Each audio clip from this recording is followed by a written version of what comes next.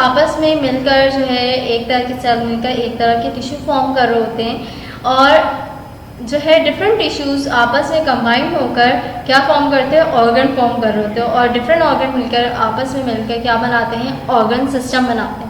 इसको हमने पहले भी स्टडी किया है, लेकिन मैं एक दफ़ा और बता देती हूँ कि ऑर्गन क्या होते हैं। इसकी एक एग्जांपल दे देती हूँ कि जिस तरह से आप अपनी ह्यूमन बॉडी की बात कर लेते हैं कि आई जो है जिसके थ्रू हम सीइंग का काम कर रहे होते हैं, तो क्या है, एक ऑर्गन है, टंग एक ऑर्गन है, एयर एक ऑर्गन है। तो इसे ऑर्गन क्यों कहा गया, या हमारा आर्म जो है एक ऑर्गन है, इसे ऑर्गन क्यों कहा गया, क्योंकि इसमें डिफरेंट टिश्यूज़ आपस में कंबाइन होकर वर्क टुगेदर कर रहे होते हैं, मतलब एक साथ काम कर रहे होते हैं। तो ये क्या फॉर्म कर रहे होते हैं, ऑर्गन फॉर्म कर रहे होते हैं। जिस तरह से आप अपने आर्म की बात कर लें तो आर्म जो है, आर्म जिसको बाजू कहा जाता है, आर्म जो है डिफरेंट टिश्यूज़ पे कंसिस्ट है, क्योंकि ऑर्गन जो होते हैं डिफरेंट तरह के टिश्यूज़ से मिलकर बने होते हैं। तो इसमें जो एपिथेलियल टिश्यू है, कनेक्टिव टिश्यूज़ है, मस्कुलर टिश्यूज़ है, ये तमाम टिश्यूज़ आपस में वर्क कर रहे होते हैं, एक साथ वर्क कर रहे होते हैं। तो क्या फॉर्म करते हैं, ये ऑर्गन फॉर्म करते हैं।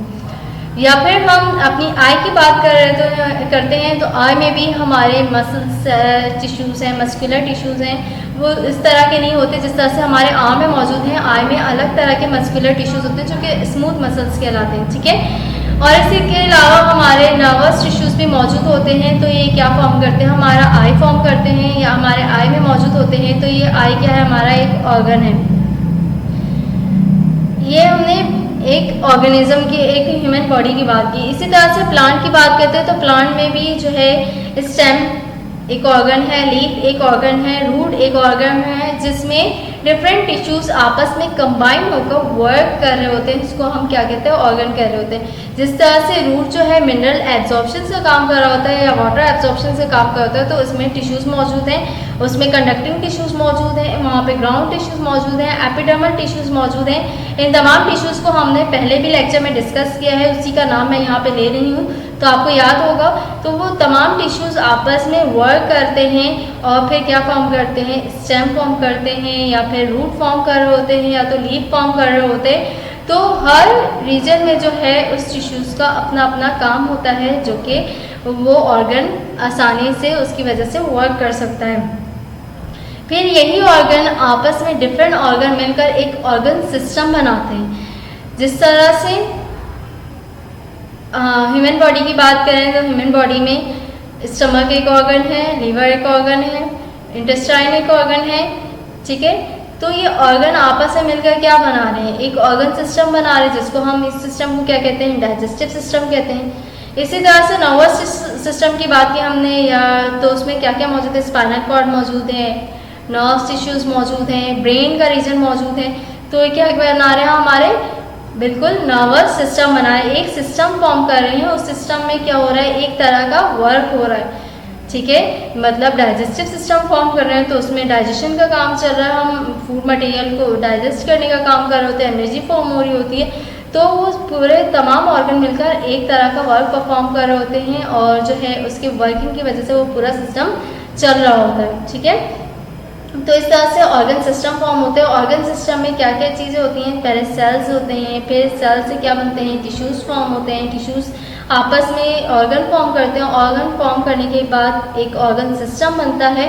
और ऑर्गन सिस्टम आपस में डिफरेंट सिस्टम, जिस तरह से हमारा रीनल सिस्टम है, हमारा डाइजेस्टिव सिस्टम है, नर्वस सिस्टम है, इन सब को आपस में कंबाइन किया जाए तो ऑर्गेनिज्म फॉर्म होते हैं। इसी तरह से प्लांट की बॉडी है, प्लांट की बॉडी में शूट है, रूट है, स्टेम्स हैं, ये तमाम ऑर्गन जो है एक साथ वर्क करते हैं। तो ये क्या फॉर्म करते हैं, ऑर्गन सिस्टम, और ऑर्गेनिज्म फॉर्म कर रहे होते हैं, ठीक है। तो हम एक ऑर्गेनिज्म इसी तरह से फॉर्म होता है जब डिफरेंट सिस्टम आपस में कंबाइन हो जाए, ठीक है। तो ये क्या फॉर्म करते हैं, ऑर्गेनिज्म।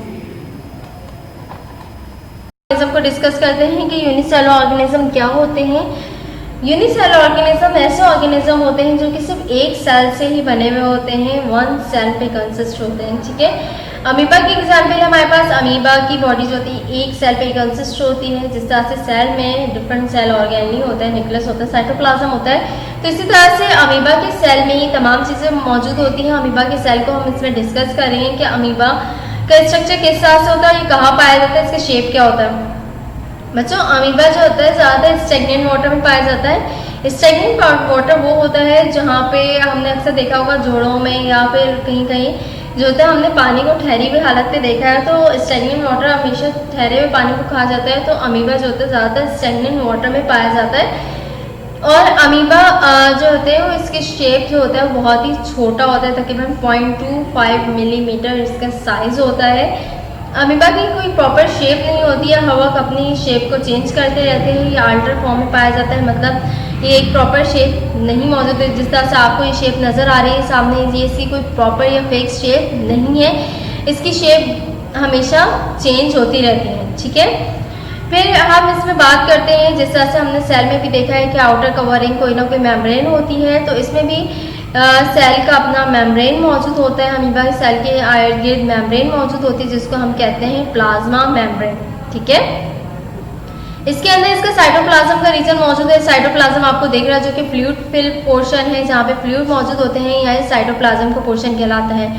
साइटोप्लाज्म भी दो तरह के होते हैं, 2 लेयर पे कंसिस्ट होती है, एक एंडोप्लाज्म होता है और एक एक्टोप्लाज्म होता है। एक्टोप्लाज्म बाहर वाली लेयर को कहते हैं, मतलब एक्टो मीन्स आउटसाइड, तो आउटसाइड जो इसका प्लाज्मा मौजूद है या आउटसाइड जो फ्लूइड पोर्शन मौजूद होता है उसको हम कहते हैं एक्टोप्लाज्म। एक्टोप्लाज्म ज़्यादातर जो होता है वो क्लियर होता है, ये ट्रांसपेरेंट टाइप का होता है। ठीक है, और एंडोप्लाज्म मतलब एंडो मीन्स इनसाइड, इनसाइड जो प्लाज्मा या फ्लूइड फिल होता है इसको हम कहते हैं एंडोप्लाज्म।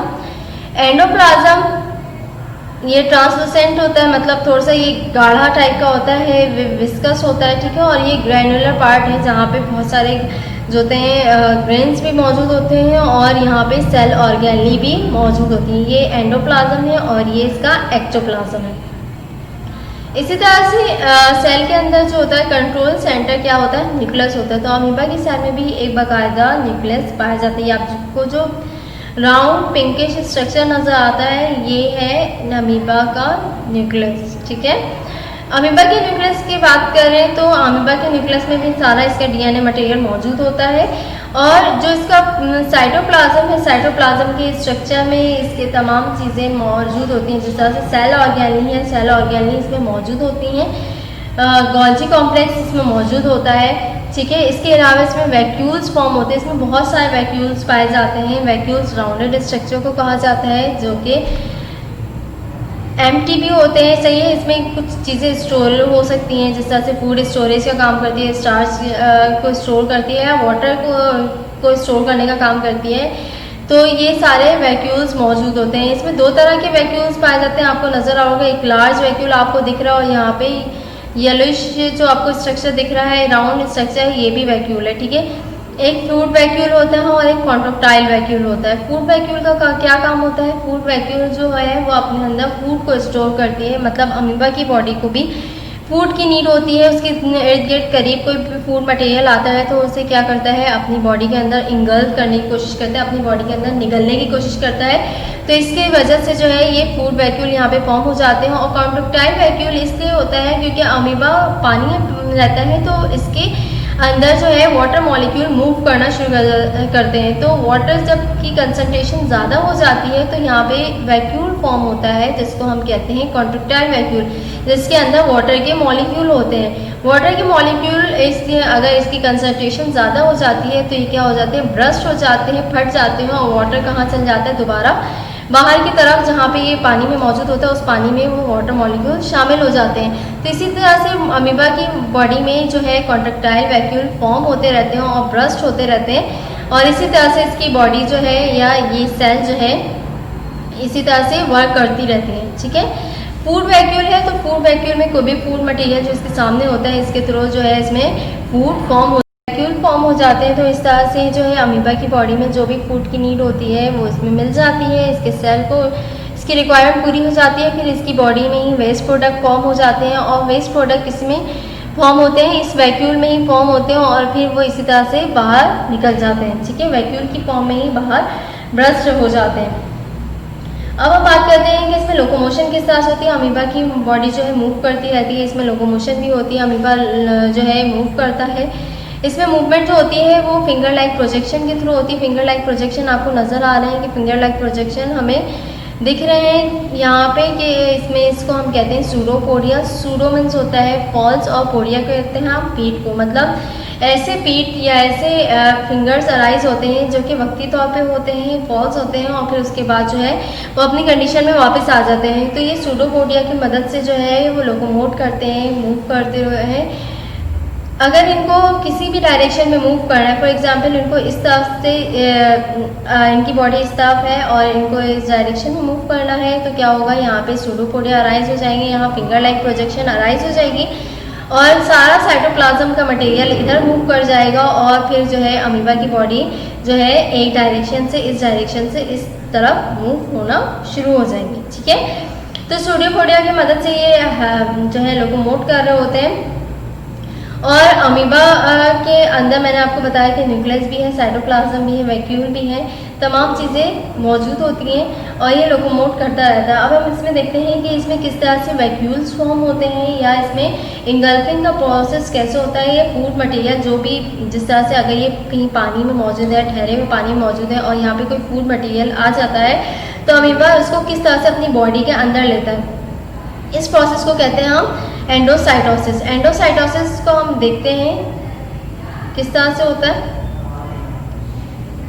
अमीबा में न्यूट्रिशन का प्रोसेस इस तरीके से होता है या इंजेस्शन का प्रोसेस इस तरीके से होता है कि फॉर एग्जांपल यहाँ एक अमीबा मौजूद है, यहाँ इसका कोई भी फूड मटेरियल इसके सामने आ जाता है तो ये क्या करता है, अपनी मेम्ब्रेन इसके इर्द गिर्द फॉर्म करना शुरू कर देता है। यहाँ आपको इसकी मेम्ब्रेन नज़र आ रही है कि मेम्ब्रेन इसके इर्द गिर्द फॉर्म होना शुरू हो जाती है।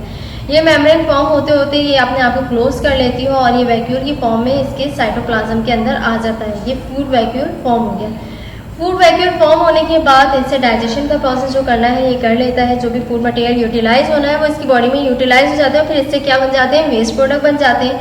वेस्ट प्रोडक्ट बनने के बाद क्या होता है, यही फूड वैक्यूल जो होते हैं ये मेम्ब्रेन के करीब आना शुरू हो जाती है और मेम्ब्रेन के करीब आते आते क्या हो जाता है, ये साइटोप्लाज्म से मेम्ब्रेन के करीब आ जाती है और फिर ये ब्रस्ट हो जाती है, फट जाती है। यही वैक्यूल फटने के बाद बाहर दोबारा वाटर में रिलीज हो जाती है। यहाँ पे इसका वेस्ट प्रोडक्ट जो होता है वाटर में रिलीज हो जाता है।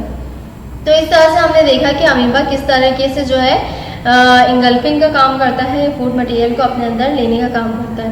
अब हम देखते हैं कि अमीबा रिस्पायरेशन किस तरीके से करता है। अमीबा की बॉडी में रिस्पायरेशन का प्रोसेस जो होता है वो इसके सरफेस के थ्रू होता है। बॉडी का सरफेस जो है, क्योंकि ये वाटर में मौजूद है तो इसमें जो रिस्पायरेशन का प्रोसेस है या इसके अंदर सांस लेने का प्रोसेस जो होता है वो इसकी बॉडी सरफेस के थ्रू ही हो रहा होता है। ये बॉडी सरफेस है, इसके थ्रू ही ये वाटर में रहते हैं तो यहीं पे भी एक्सचेंज ऑफ गैसेस का काम चल रहा होता है। बॉडी सरफेस के through he exchange of gases कर रहे होते हैं।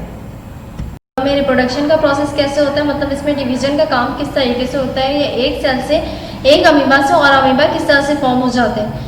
अमीबा क्योंकि सिंगल सेल ऑर्गेनिज्म ही एक सेल पे कंसिस्ट होता है तो इसमें रिप्रोडक्शन का प्रोसेस ना कोई कॉम्प्लिकेटेड नहीं होता बल्कि बहुत ही सिंपल होता है, जिसको हम एसेक्सुअल रिप्रोडक्शन कहते हैं। एसेक्सुअल रिप्रोडक्शन एक ऐसा रिप्रोडक्शन की टाइप है जिसमें सिर्फ एक पेरेंट की रिक्वायरमेंट होती है, इसमें कोई दो पेरेंट की रिक्वायरमेंट नहीं होती। मतलब सिर्फ एक ही सेल से जो होते हैं और भी सेल फॉर्म हो जाती हैं, एक ऑर्गेनिज्म से और भी ऑर्गेनिज्म फॉर्म हो जाते हैं।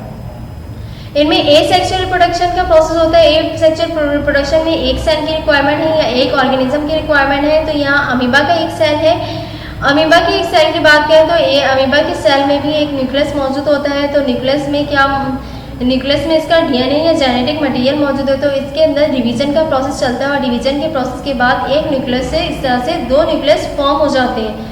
दो न्यूक्लियस फॉर्म होने के बाद बच्चों हमने माइटोसिस के प्रोसेस पढ़ा था कि किस तरीके से जो है दो न्यूक्लियस फॉर्म होते हैं, या मियोसिस के प्रोसेस में भी देखा था कि दो न्यूक्लियस किस तरह से फॉर्म होते हैं। तो जब दो न्यूक्लियस फॉर्म हो जाते हैं, न्यूक्लियर डिवीजन हो जाती है तो उसके बाद जो होता है इसका साइटोप्लाज्म पोर्शन जो होता है या इसका फ्लूइड पोर्शन जो होता है वो भी डिवाइड होना शुरू हो जाता है, जिसको हम साइटोकाइनेसिस कहते हैं। तो वो साइटोप्लाज्म का पोर्शन भी डिवाइड होते होते किस तरह से जो है दो सेल फॉर्म कर लेते हैं। साइटोप्लाज्म का पोर्शन डिवाइड हो गया तो इसके बाद मेम्ब्रेन भी जो होती है इसकी फॉर्म होते होते इन दोनों सेल को जो है अलग अलग डिवाइड कर देती है या सेल को सेपरेट कर देती है। तो इस तरीके से जो दो सेल आपस में सेपरेट हुए हैं ये दो ऑर्गेनिज्म फॉर्म कर लिया या दो डॉटर सेल फॉर्म कर लिया। तो ये क्या हुई, इस तरह से अमीबा की डिवीजन हो गई। ये एसेक्सुअल रिप्रोडक्शन कहलाती है। एसेक्सुअल रिप्रोडक्शन की बाइनरी फिजन की टाइप कहलाती है, मतलब एक सेल से दो सेल का फॉर्म होना क्या कहलाता है, बाइनरी फिजन। तो अमीबा में रिप्रोडक्शन जो होती है बाइनरी फिजन होती है, ठीक है। तो इस पॉइंट को याद रखिएगा बच्चों, और अमीबा की कैरेक्टरिस्टिक्स को याद रखिएगा, क्योंकि जब आप अमीबा की कैरेक्टरिस्टिक्स लिखेंगे तो उसमें बहुत सारे पॉइंट्स आपको लिखने होंगे। उसके रेस्पायरेशन के बारे में लिखना होगा, उसके रिप्रोडक्शन के बारे में लिखना होगा, इसके अलावा उसके लोकोमोशन के बारे में, उसके हैबिटेट के बारे में लिखना होगा, और उसके साइज के बारे में लिखना होगा। और साथ में आपको अमीबा के डायग्राम की प्रैक्टिस भी करनी है, और अमीबा के जो जितने भी कैरेक्टरिस्टिक्स हैं उन्हें सही तरीके से याद भी करना है। तो अब हम मल्टीसेलुलर ऑर्गेनिज्म को स्टडी करेंगे कि मल्टीसेलुलर ऑर्गेनिज्म क्या होते हैं। मल्टीसेलुलर ऑर्गेनिज्म वो ऑर्गेनिज्म हैं, वो जानदार अजसाम है जो एक से ज़्यादा सेल से मिलकर बने हुए होते हैं। उनको हम क्या कहते हैं, मल्टीसेलुलर ऑर्गेनिज्म कहते हैं। जिस तरह से यूनिसेलुलर ऑर्गेनिज्म में हमने अमीबा को स्टडी किया था जो कि वन सेल पे कंसिस्ट था, तो अब हम कुछ प्लांट और एनिमल को स्टडी करेंगे जिसमें जो है हम देखेंगे कि वो एक से ज़्यादा सेल से मिलकर बने हुए होते हैं। हम इसमें ब्रासिका प्लांट को स्टडी करेंगे। ब्रासिका प्लांट जो है उसे इसका बॉटनिकल नेम या साइंटिफिक नेम जो है ब्रासिका कैम्पेस्ट्रस है। ब्रासिका कैम्पेस्ट्रस जो है इसको आमतौर पर जो कहा जाता है वो मस्टर्ड या सरसों कहा जाता है। आपने सुना होगा, सरसों का तेल सुना है। तो एक्चुअल में मस्टर्ड ऑयल जो है इसी ब्रासिका प्लांट के जो है सीड से निकाला जाता है। इसके अलावा इसके लीफ को जो है हम वेजिटेबल के लिए भी यूज़ कर रहे थे। आपने सरसों का साग भी सुना होगा। तो इसके जो लीफ स्ट्रक्चर है इसको आमतौर पे यूटिलाइज किया जाता है कुकिंग पर्पस के लिए। तो अब ब्रासिका प्लांट को देखते हैं। ब्रासिका प्लांट को डिवाइड किया गया है टू पार्ट्स में, एक वेजिटेटिव पार्ट है, एक रिप्रोडक्टिव पार्ट है। बच्चों वेजिटेटिव पार्ट वो पार्ट होता है जो कि जिसका ताल्लुक जो होता है वो रिप्रोडक्शन से नहीं होता, सिर्फ वो प्लांट की ग्रोथ में हेल्प करवाता है और प्लांट की एक्टिविटी मतलब फोटोसिंथेसिस का वर्क और मिनरल एब्जॉर्प्शन का काम कर रहा होता है, बल्कि इससे कोई नया प्लांट प्रोड्यूस नहीं होता। उस पार्ट को हम कहते हैं वेजिटेटिव पार्ट। वेजिटेटिव पार्ट में आते हैं रूट, स्टेम और लीफ, ठीक है। रूट, स्टेम और लीफ देखें ब्रासिका प्लांट में, तो रूट, स्टेम और लीफ की बात करते हैं। रूट क्या काम करता है, आपको पता है कि रूट का काम क्या है, मिनरल एब्जॉर्प्शन का काम होता है। रूट जो होता है वो सॉइल के अंदर एम्बेडेड होता है। बच्चों रूट जो है वो सॉइल के अंदर एम्बेडेड होता है, लेकिन जब भी हम कोई प्लांट लगाते हैं तो उसके लिए सबसे पहले हम सीड को जो है सॉइल के अंदर डालते हैं। सीड की जो है आउटर एक कवरिंग होती है, एक आउटर कोट होता है जो कि सीड को के अंदर जो है जितने भी इसका कार्बोहाइड्रेट स्टोर हुआ है उसको प्रोटेक्ट करके रखता है, ताकि सीड जो है सॉइल में जाए और उसके बाद जो है उसे वहाँ पे उसकी ग़िज़ा मिल जाए और सीड जो है वहाँ पे फटने के बाद जो एक प्लांट प्रोड्यूस करे। तो ये सीड की एक कवरिंग होती है जिसको टेस्टा कहा जाता है। और यहाँ पे आपने देखा होगा सीड जो होता है थोड़ा बीन शेप स्ट्रक्चर का है और यहाँ पे थोड़ा सा जो होता है वो उभार होता है, इसको हम माइक्रोपाइल कहते हैं।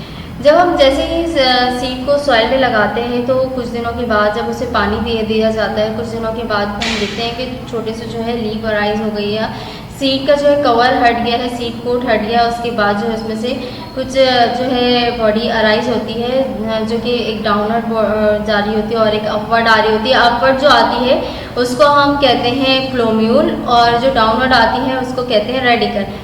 बच्चों जो ऊपर की तरफ आती है आपने देखा होगा कि अक्सर जो है वो ग्रीनिश कलर का होता है और नीचे की तरफ भी इसका रेडिकल वो बॉडी निकल रही होती है जिसको हम रेडिकल कहते हैं, ठीक है। तो ये जो रेडिकल है जो कि डाउनवर्ड आ रही है, ग्रेविटी की वजह से डाउनवर्ड आती है और ये क्या फॉर्म करती है, रूट फॉर्म करती है।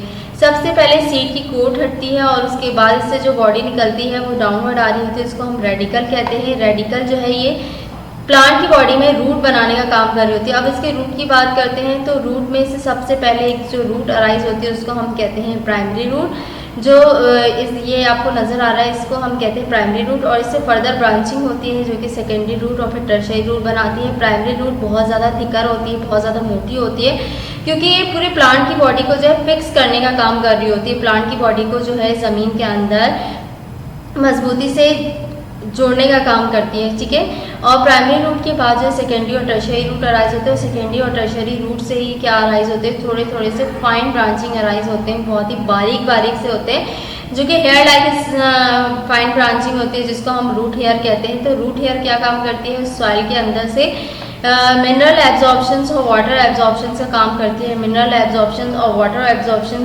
क्योंकि प्लांट की बॉडी को मिनरल्स और वाटर की रिक्वायरमेंट होती है, तो ये तमाम बॉडी को जो है वो मिनरल्स और वाटर प्रोवाइड करने का काम कर रही होती है। तो बच्चों हर वेजिटेटिव पार्ट का अपना फंक्शन है, जिसकी वजह से प्लांट जो है एक हेल्दी वर्क परफॉर्म करता है।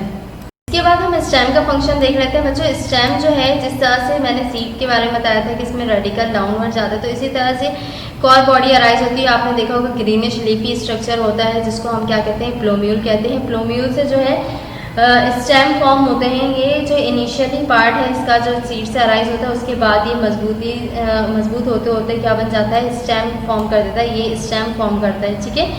अब स्टेम का जो स्ट्रक्चर है, इसका क्या काम होता है, ये प्लांट के दूसरे ऑर्गन जैसे कि लीफ और फ्लावर और बर्ड वगैरह को सपोर्ट प्रोवाइड करता है। इसके अलावा आपने देखा होगा स्टेम में जो है ये ट्रांसपोर्टेशन में हेल्प करता है। मतलब ये जो रूट पार्ट है, रूट से मिनरल और वाटर एब्जॉर्ब होने के बाद इस स्टेम के थ्रू ही ऊपर जा रहे होते हैं या लीफ तक पहुंच रहे होते हैं। तो बच्चों यहाँ पे स्टेम में कुछ जो है यहाँ पे सॉइलेंट पोर्शन होता है, जिसको नोड कहा जाता है, जहाँ से लीफ अराइज होती है। यहाँ पे एक सॉइलेंट पोर्शन होता है, इसको हम क्या कहते हैं, नोड कहते हैं, ठीक है। और नोड जो है यहाँ से लीफ अराइज हो रही है, और फिर सेकंड पार्ट यहाँ से भी सॉइलेंट पोर्शन है, इसको भी हम क्या कहते हैं, नोड कहते हैं। तो in the distance between the two node, ठीक है, दो नोड के दरमियान जो डिस्टेंस, इसको हम क्या कहते हैं, इंटर नोड कहते हैं। ये स्टेम में जो है नोड जो है जहाँ से लीफ अराइज हो रही है, लेकिन इसके साथ साथ लीफ जो है कुछ लीफ जो है अपना अपना वर्क परफॉर्म कर रही होती है, उसको भी हम स्टडी करेंगे। लेकिन इस स्टेम से जो है इसका फ्लावर का पार्ट भी अटैच होता है, इस प्लांट का फ्लावर भी जो है अटैच होता है। तो स्टेम जो है ट्रांसपोर्टेशन का भी काम कर रही होती है। इसके अलावा प्लांट की बॉडी को इरेक्ट रखने का काम करती है, और जितने भी जो है सनलाइट कि एब्जॉर्प्शंस वगैरह होती है वो समटाइम्स स्टेम के थ्रू भी होते हैं। जब इनिशियली प्लांट ग्रो कर रहा होता है तो स्टेम क्या होता है, उसके ग्रीनिश कलर के होते हैं, जो कि फोटोसिंथेसिस का भी वर्कर होते हैं। लेकिन जैसे जैसे प्लांट बड़ा होता जाता है और मजबूत होते जाते हैं उसके स्टेम, तो किस कलर के नज़र आते हैं, वो फिर उसमें जो है दूसरे सेल फॉर्म होना शुरू हो जाता है, जिसको हम स्केलेंकाइमा कहते हैं। जिसकी वजह से क्या हो जाती है, इसकी वॉल क्या हो जाती है, थिक हो जाती है, और ये ब्राउन कलर हो जाता है, जिसकी वजह से इसमें फोटोसिंथेसिस का वर्क नहीं होता। फोटोसिंथेसिस का वर्क और सिर्फ लीफ करती है। लेकिन इनिशियली हम बात करते हैं तो फोटोसिंथेसिस जो इनिशियली होती है वो स्टेम के थ्रू होती है, क्योंकि उस वक्त तक प्लांट की बॉडी में कोई भी लीफ अराइज नहीं हुई भी होती है, ठीक है। अब हम इसके लीफ के स्ट्रक्चर को देखते हैं। देखिए स्टेम के ही पार्ट से ही लीफ का स्ट्रक्चर अराइज है, जो कि नोड के पोर्शन से अराइज हुआ है। लीफ जो है एक स्टॉक लाइक स्ट्रक्चर से अटैच है, जिसको हम क्या कहते हैं, इस स्टॉक लाइक स्ट्रक्चर या इस डंडी के स्ट्रक्चर को हम क्या कहते हैं, पेटियोल कहते हैं। आपको लीफ का स्ट्रक्चर नजर होगा, इसको हम कहते हैं पेटियोल। पेटियोल के बाद जो है लीफ का एक जो फ्लैट स्ट्रक्चर नजर आ रहा है, इसको हम कहते हैं लैमिना। बच्चों यहाँ पे लैमिना के दरमियान आपने एक थिक लाइन देखी होगी जो कि ग्रीन कलर की होती है, इसको हम कहते हैं मिडरिब। क्योंकि लीफ का काम क्या है, फोटोसिंथेसिस का वर्क है, तो ये फोटोसिंथेसिस का वर्क करता है, क्योंकि इसमें क्या मौजूद है, ग्रीन पिगमेंट मौजूद है, जो कि क्लोरोफिल कहलाती है। तो क्लोरोफिल की वजह से इसमें फोटोसिंथेसिस का वर्क आसानी से होता है, और इस मिड रिब से छोटी छोटी सी वेन अराइज होती है, जिसको हम क्या कहते हैं, वेन्स कह रहे होते हैं, ठीक है। बहुत नेट लाइक स्ट्रक्चर अराइज होता है, जो कि इसका लीफ का वेन कहलाता है, जिसके ज़रिए जो है जो भी फूड मटेरियल इसमें प्रिपेयर होता है फोटोसिंथेसिस के दौरान, तो इस वेन के थ्रू मुझे एक जगह से दूसरी जगह ट्रांसफ़र होता है। मतलब पहले वो वेन में आता है और उसके बाद जो है स्टेम के पार्ट में आता है, क्योंकि लीफ में जो फोटोसिंथेसिस जो भी स्टार्च फॉर्म हो रहा है फोटोसिंथेसिस के दौरान, तो वो क्या होता है, वो प्लांट की और भी बॉडी पार्ट में सप्लाई होता है, जिस तरह से डाउनवर्ड रूट्स में भी सप्लाई होता है। तो यहाँ पे तो जो है स्टेम ये ट्रांसपोर्टेशन का काम करती है बच्चों। और ये जो वेन जो मिड रिब है इसकी ये बहुत ज़्यादा थिक होती है, क्योंकि यहाँ पे वेस्कुलर बंडल पाए जाते हैं, मतलब जाइलम और फ्लोएम पाए जाते हैं, जो कि कंडक्शन का काम कर रहे होते हैं। और जो लीफ अराइज होती है वो भी जो है स्टेम के ही पार्ट से अराइज हो रही होती है। बच्चों स्टेम और लीफ आपको सही तौर पे ब्रासिका का समझ में आ गया है, जिसको हम वेजिटेटिव पार्ट कहते हैं। मतलब आपने देखा कि इसने कोई भी रिप्रोडक्शन में हेल्प नहीं किया, बल्कि प्लांट की ग्रोथ में प्लांट की जो एक्टिविटी है उसमें जो हेल्प कर रहे हैं, इसको वेजिटेटिव पार्ट कहते हैं। और रूट स्टेम के जो है डायग्राम की प्रैक्टिस कर लीजिएगा, ट्रांसफर सेक्शन ऑफ रूट और ट्रांसफर सेक्शन ऑफ स्टेम जो कि पेज नंबर 46 और 47 में दिया गया। इसकी डायग्राम मस्ट आती है, आप इसकी अच्छे से प्रैक्टिस करिएगा और इसमें जितने भी इसके रिप्रोडक्टिव और वेजिटेटिव पार्ट है इसको सही तरीके से याद भी कर लीजिएगा। हम प्लांट के वेजिटेटिव पार्ट के बाद रिप्रोडक्टिव पार्ट को स्टडी करते हैं कि रिप्रोडक्टिव पार्ट क्या है। आपको पता है कि रिप्रोडक्टिव पार्ट वो पार्ट होते हैं जो कि रिप्रोडक्शन में हेल्प करते हैं, मतलब प्लांट का वो पार्ट जो कि रिप्रोडक्शन में हेल्प करता है, जिसके थ्रू जो है नया ऑर्गेनिज्म रिप्रोड्यूस होता है, नया ऑर्गेनिज्म फॉर्म होता है, इसको हम कहते हैं reproductive part of the plant. मतलब प्लांट का वो रीजन जिसके थ्रू एक नया बेबी प्लांट ग्रो करे, इसको हम कहते हैं रिप्रोडक्टिव पार्ट। इसमें जो है सबसे पहले प्लांट में जो है सीड्स फॉर्म होते हैं। सीड्स फॉर्म होने के बाद उस सीड्स को हम जब सॉइल में लगाते हैं तो वहाँ पे वो सीड जो है जर्मिनेट कर जाते हैं। तो सीड जो है ज़्यादातर प्लांट में ही फॉर्म होते हैं फ्लावर से। तो फ्लावर जो है प्लांट का रिप्रोडक्टिव पार्ट कहलाता है। अब मस्टर्ड प्लांट के फ्लावर को स्टडी करते हैं, इसके इन्फ्लोरेसेंस को चेक करते हैं। बच्चों फ्लावर जो है किसी प्लांट के अंदर जो है ब्यूटिफिकेशन का काम करती है, प्लांट की बॉडी को खूबसूरती प्रोवाइड करती है। तो मस्टर्ड प्लांट में हमने देखा मस्टर्ड प्लांट का फ्लावर जो है येलोइश कलर का था और येलोइश कलर का है और ये बंचेस की फॉर्म में पाया जाता है। तो ये एक स्टॉक लाइक स्ट्रक्चर से जो है स्टेम से अटैच होता है, जिसके स्टॉक को या इसकी डंडी को हम क्या कहते हैं, पेडिकल का कहते हैं। फ्लावर जो है अपने पेडिकल के थ्रू जो है स्टेम से अटैच रहता है या प्लांट की बॉडी से अटैच रहता है। अब हम इसके पार्ट्स को स्टडी कर लेते हैं। सबसे आउटर पार्ट जो कहलाती है वो कैलेक्स, देन क्रोला, फिर एंडोशियम और गाइनोशियम। ठीक है, पहले हम कैलेक्स को स्टडी करते हैं। कैलेक्स को सेपल भी कहा जाता है। कैलेक्स आपको नज़र आ रहा है या सेपल्स आपको नज़र आ रहे हैं। सेपल्स जो ग्रीनिश कलर का रीजन नज़र आ रहा है इसको हम कहते हैं सेपल।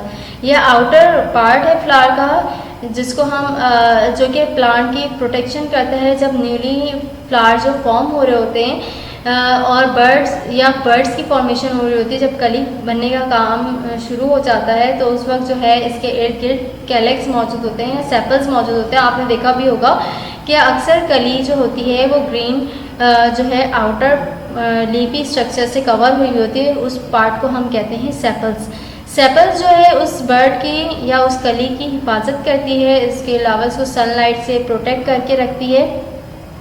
जब तक वो फ्लावर की फॉर्म में नहीं हो जाता या ब्लूम नहीं हो जाती, वो कली खिल नहीं जाती, जब तक जो है सेपल्स जो है उसके इर्द गिर्द कवरिंग बना कर रखती है, उसको कवर रखती है और फिर आहिस्ता आहिस्ता वो सेपल्स हटते हटते जो है फ्लावर ब्लूम कर जाता है। फिर उसका सेकेंड पार्ट जो है इस फ्लावर का वो है करोला। करोला कहलाता है। करोला के इस पार्ट को हम कहते हैं पेटल्स। पेटल्स जो कि हमन फूल की पत्तियां ही होती हैं, तो ये पेटल्स जो होती हैं वो कलरिंग पार्ट कहलाता है और ये फ्लावर्स का जो है सबसे खूबसूरत पार्ट है, जो कि फ्लावर में अट्रैक्शन पैदा करता है और इसकी वजह से है ये फ्लावर जो है खूबसूरत लग रहा होता है। और ये आमतौर पे मस्टर्ड के पौधे में जो है ये पेटल्स जो है येलो कलर के होते हैं और इन पेटल्स की कलरिंग की वजह से बहुत सारे इंसेक्ट जो है इसकी तरफ अट्रैक्ट करना शुरू कर देते हैं और इंसेक्ट इसकी तरफ आना शुरू हो जाते हैं, जिसकी वजह से जो है इंसेक्ट इस पर बैठते हैं और यहाँ से नेक्टर भी जो है हासिल करते हैं और उसके बाद जो है यहाँ पे पॉलिनेशन में भी हेल्प कर रहे होते हैं। जिस तरह से यहाँ पे बहुत सारी बटरफ्लाइज आ सकती हैं या फिर हनी बीज आते हैं। हनी बीज भी इस पेटल्स की जो है अट्रैक्शन की वजह से ही आ रहे होते हैं। ठीक है, फ्लावर के हम थर्ड पार्ट की बात करते हैं, थर्ड होल की बात करते हैं, जो कि है एंड्रोशियम। एंड्रोशियम जो है वो मेल रिप्रोडक्टिव पार्ट है। ये वाला पार्ट जो है वो मेल रिप्रोडक्टिव पार्ट है, ये एंड्रोशियम कहलाता है। इस पार्ट को हम स्टेमन कहते हैं। जिस तरह के कैलेक्स के पार्ट को हमने सेपल्स कहा, क्रोला को पेटल्स कहा, थर्ड को एंड्रोशियम को हम क्या कहेंगे, स्टेमन कहते हैं। स्टेमन को देखा जाए तो स्टेमन ब्रासिका के फ्लावर में 6 स्टेमन मौजूद होते हैं, तो कि 2 सर्कल पे कंसिस्ट हैं। जो इनर 2 स्मॉल स्टेमन हमें नज़र आएंगे और आउटर 4 हमें थोड़े लार्ज साइज के स्टेमन नज़र आ रहे हैं। ठीक है, जो थोड़े इलोंगेटेड हैं। इसको देखा जाए तो स्टेमन कंसिस्ट होता है एक स्टॉक लाइक स्ट्रक्चर में, जिसको हम कहते हैं, जिसके स्टॉक को कहते हैं फिलामेंट और इसका एक सॉइलेंट पोर्शन है जो कि एक थैलानुमा स्ट्रक्चर आपको नजर आ रहा है, इसको कहा जाता है एंथर।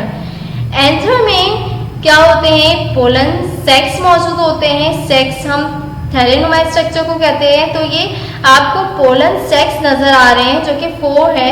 इस सेक्स के अंदर छोटे छोटे ग्रेन्स होते हैं, छोटे छोटे दाने होते हैं जिसको पोलन ग्रेन्स कहा जाता है। पोलन ग्रेन्स जो होते हैं वो मेल रिप्रोडक्टिव पार्ट है, जो मेल सेल्स होते हैं, इसके थ्रू जो है प्लांट में पॉलिनेशन का प्रोसेस होता है।